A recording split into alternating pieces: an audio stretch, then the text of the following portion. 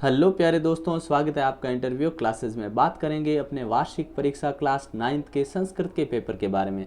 बहुत ही important paper है। ऐसा ही पेपर आपके एग्ज़ाम में आएगा। अगर आपने बाकी के पेपर नहीं देखे, जो आपको वीडियो के डिस्क्रिप्शन में लिंक मिलेगा, वहाँ जो प्लेलिस्ट बनी हुई है उसको देखिएगा, तो आपके एग्ज़ाम में जैसे क्वेश्चन आए हैं बाकी ज़िलों में जिनमें पेपर हो चुका है, वैसे ही क्वेश्चन आपको देखने को मिलेंगे।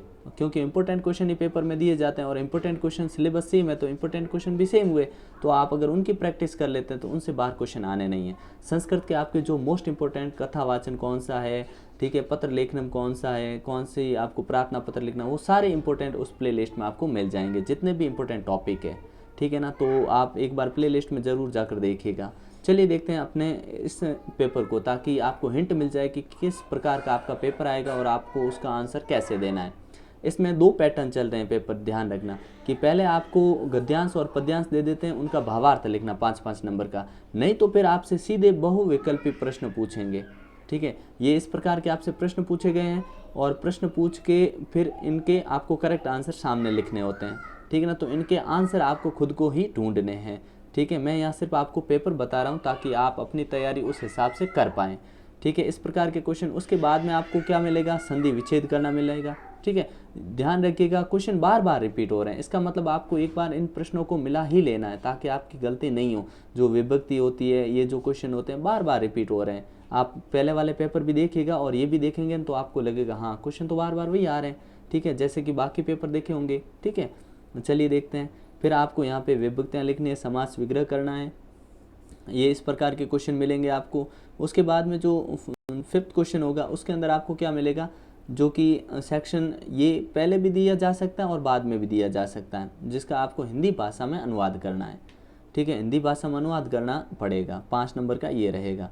उसके बाद में आपको दोनों में अथवा में मिलेगा, चाहे दोनों में से किसी एक हिंदी भाषा में अनुवाद करिए। उसके बाद में आपको हिंदी भाषा में किसी श्लोक या पद्यांश का मिलेगा कि इस पद्यांश का हिंदी भावार्थ लिखिए। 2 मिलेंगे, दोनों में से किसी एक का आपको करना पड़ेगा।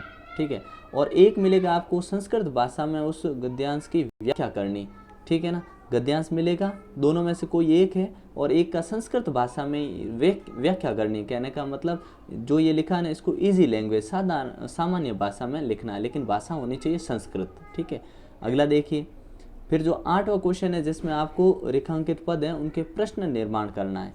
इनसे क्या है, आपको प्रश्न निर्माण करना। जो रेखांकित शब्द है ना, इसकी जगह कौन सा प्रश्नवाचक शब्द आएगा वो लिखना होता है।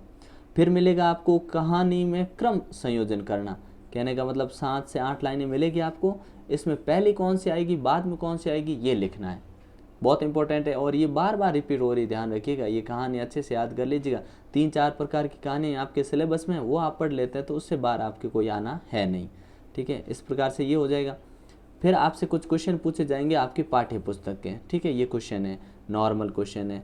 फिर आपको एक दे देंगे जिसमें आपको गद्यांश में प्रश्न निर्माण किया हुआ है और आपको उत्तर लिखने हैं।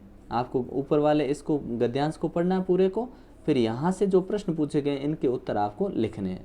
ठीक है ना, इस प्रकार रहेगा प्रश्न। फिर आपको अपने भाषिक कार्य में ये जो लिखा है, इसका पद कौन सा है, विशेषण क्या है, ये बातें बतानी होती है। ठीक है, फिर नेक्स्ट में मिलेगा आपको प्रश्न निर्माण, फिर से एक पैसेज मिलेगा और उन्हीं के उत्तर आपको लिखने हैं इस प्रकार से।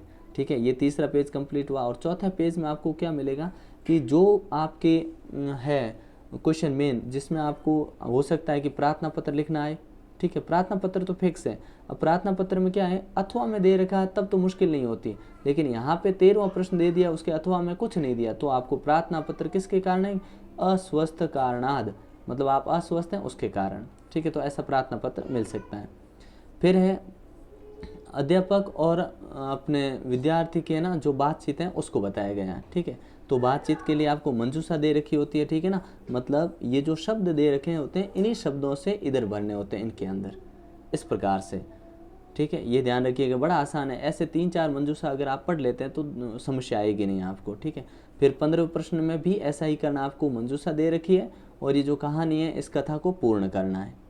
ठीक है, उसके बाद में आपके लिए अथवा में दे रखा होगा, अथवा में दोनों में से कोई एक करना होता है। ठीक है ना, इस प्रकार से आपका संस्कृत का पेपर रहने वाला है। बेहतरीन ढंग से तैयारी करिए, पेपर एक बार सारे देख लीजिए ताकि आपको कोई समस्या नहीं हो, ठीक है ना। उसके बाद जो भी सब्जेक्ट है सारे पेपर यहाँ अवेलेबल है। मिलते हैं नेक्स्ट पार्ट में, तब तक के लिए जय हिंद जय भारत।